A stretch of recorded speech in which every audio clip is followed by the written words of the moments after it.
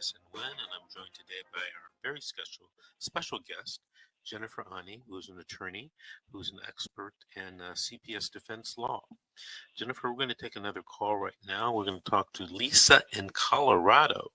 Lisa, did you have a story to tell or a question to ask?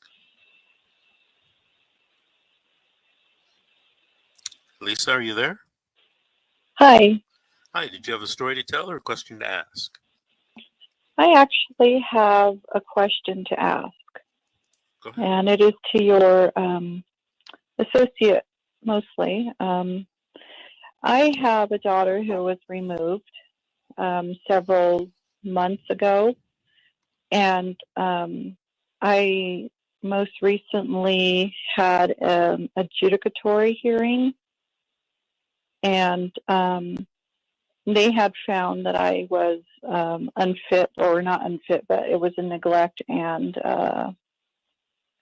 you could, I don't remember the name of the dependency and neglect. Mm-hmm.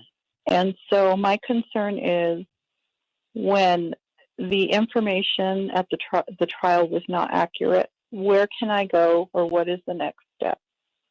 Okay, remember, we're California attorneys, so we're not sure exactly what you're doing in Colorado, other than I would say make sure you talk to a Colorado attorney. But Jennifer, assuming she was in Colorado, what would she do? Assuming she was in California. I understand, yeah.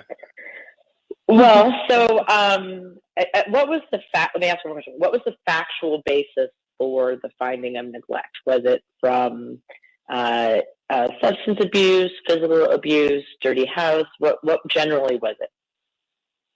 It was actually a sexual abuse case for my child, who was 2 to 5 years old, and I had tried to report it the best way that I could because of the language from a 2-year-old, and then also doing the potty training and other things.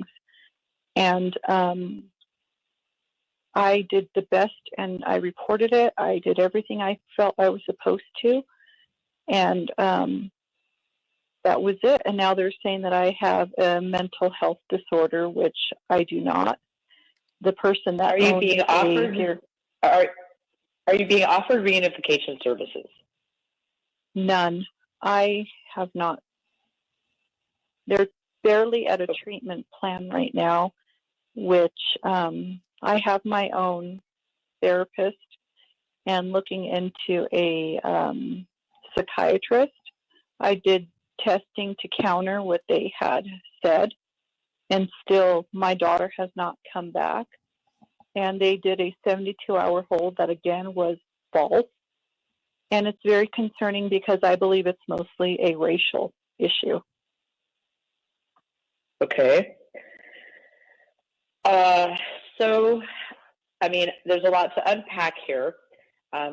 Sex abuse cases are unique, and I don't know if we should go into it here, but I really need to know exactly what the allegations are and how you are alleged to have neglected your child such that sex abuse occurred.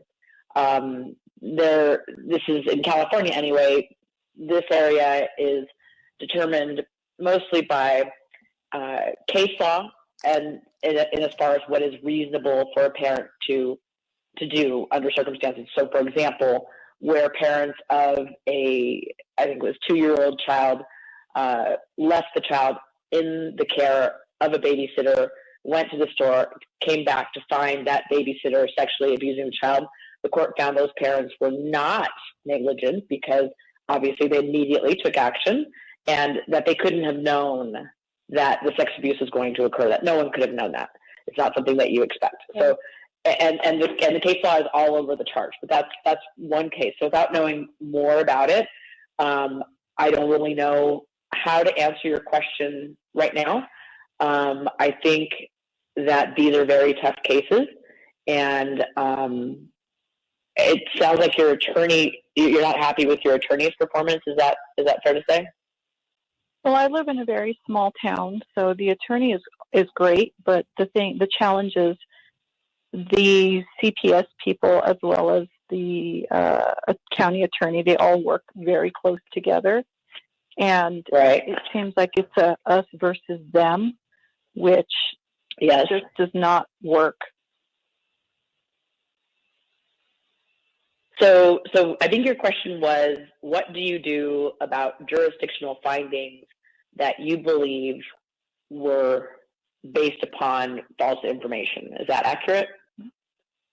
Yes, with it's truth mixed with false.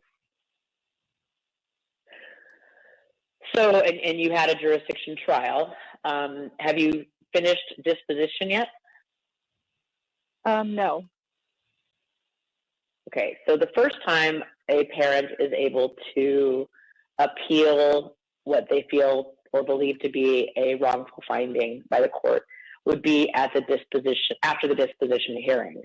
The jurisdiction findings are not subject to appeal at the time that they occur. So without knowing more, I would think that is what you would have your attorney gear for. It's good to know that you think that your attorney is doing a great job. They should be able to get some traction for you if that's the case. Is it? Well, the first thing I do say is you got to appeal. You have to talk to one of your local attorneys there in that state and talk to them, him or her, about appealing the matter. That's generally how you aggrieve yourself or seek a remedy when you believe the court has made a wrong decision. Mm-hmm. Has anybody talked to you about appealing? No. Okay. Well, the attorney that you have, it sounds like you have a good relationship with him or her. You should talk to them about, the appellate process.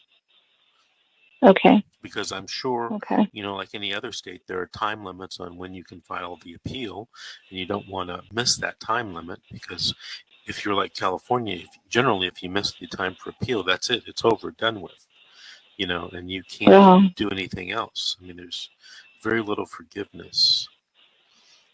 So that's what I would do. I would definitely talk to the attorney about appealing. Okay. I will do that. Okay. All right. Lisa, did you have any other questions for us? 2 minutes. No, it's basically one step at a time. I probably will be calling again in the future when I reach the next step. Well, I appreciate both of your time. Well, Lisa, thank you for calling. Thank you for listening all the way in Colorado. And, in about 4 to 6 weeks, call us back and let the audience know what happened, okay? Great, I will. Okay. Have a good day. Thank you. Miss Ani, Yes.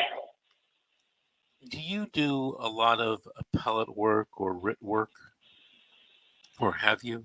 Well, so in California, writs from the hearing where reunification services are terminated are generally the responsibility of the trial attorney, and I certainly have done a fair share of those.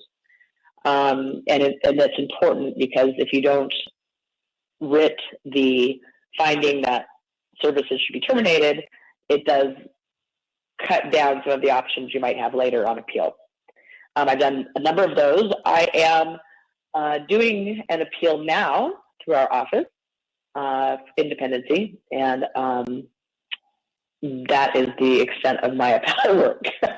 Very good. Although they are very formulaic for sure, but I'm definitely better at writs, or more experience with writs than appeals.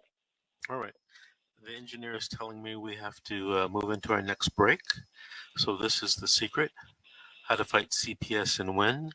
And when we come back, we'll be taking a call from Charlotte from California. So stand by, Charlotte.